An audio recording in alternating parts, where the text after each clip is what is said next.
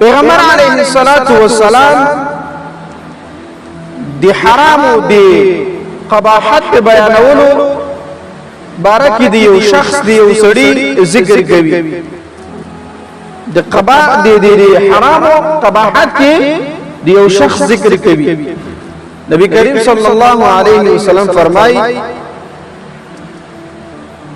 یطیل السفر اشعث اغبر ويمد يديه الى السماء يا ربي يا ربي ويو سړی په سفر باندې روان ده او ډیر اوږد سفر ده او د سړی وختان ګګر بګر دي او کالی په خاور باندې لری پړلې دي خیرن پیرن په دوړو باندې کړ دي او په داسې حال کې ده الله رب العزت طرف ته لاسونه جګ کیو دا आवाज کی دا نارو کی یا رب یا رب او حال دا چې مطعمه حرام ومشربه حرام وملبسه حرام وغذي بالحرام فكيف يستجاب لذلك اذا سړی طعام حرام وي یعنی خوراک حرام وي حرام خوري سکاک حرام وي سکاک په حرام باندې وملبسه حرام او د جامه چې د اغوندي لباس حرام وي وغذي بالحرام او په حرام باندې لوسوي حرام خوري حرام غذا ګټي حرام خوري نو نبی کریم صلی الله علیه وسلم فرمای فكيف يستجاب لذلك نو څنګه ما دعا قبول سي د سړي د دې سړي आवाज بسنګ واوریدل چې د چا دغه شان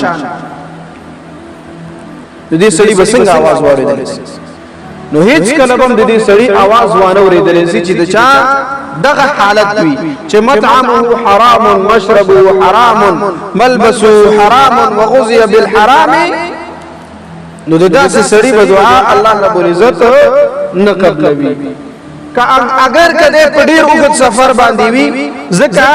نبی کریم صلی الله علیه وسلم فرمایي د دریو کسانو دعا الله رب العزت رد کوي درې کسان دا سړي چې د دعا نه رد کیږي د دعا قبليږي یو د مسافر دعا ده د مسافر دعا قبليږي یو د مور او پلار دعا ده د بچی په حق کې د اولاد په حق کې دام قبليږي مستجاب ده او بل د ظالم د مظلوم خیره د ظالم په حق کې دام الله رب العزت نرد کې دام قبليږي نو اس کې انسان په ډیرو غت سفر باندې وي ډیرو غت سفر وي یو د په دې سفر باندې روان وي خو لیکن د خوراک اسکاک لباس هر یو شی په حرام باندې وي نو دغه بسنګ دعا الله رب العزت قبول کړي اڅ کله به الله رب العزت دې دعا قبول نکړي نو دغه حدیث مبارک نه دا معلومه شولا چې یو نحوست او یو بدواله یو قباحت دې حرام خورلو هغه دا چې د انسان دعا الله رب العزت نه قبول په هیڅ صورت کې الله رب العزت د انسان دعا نه قبول